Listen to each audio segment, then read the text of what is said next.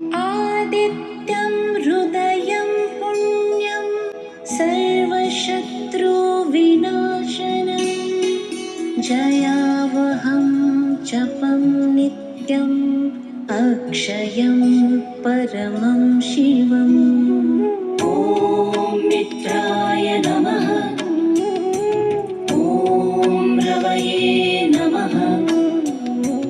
ॐ सूर्याय नमः। ॐ भानवे नमः। ॐ खगाय नमः।